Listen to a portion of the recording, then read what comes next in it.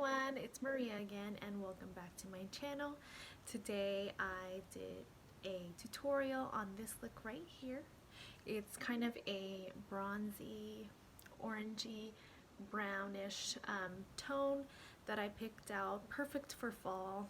I love fall, it's one of my favorite seasons ever, and with Halloween around the corner and Thanksgiving, I thought these colors really meshed well with the season.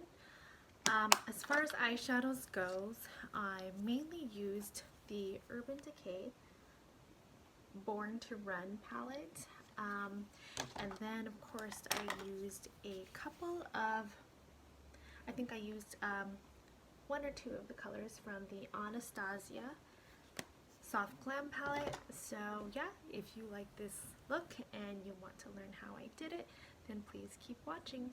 Bye. Also, please don't forget to like and subscribe to this channel if you want more videos like this. Thanks, guys.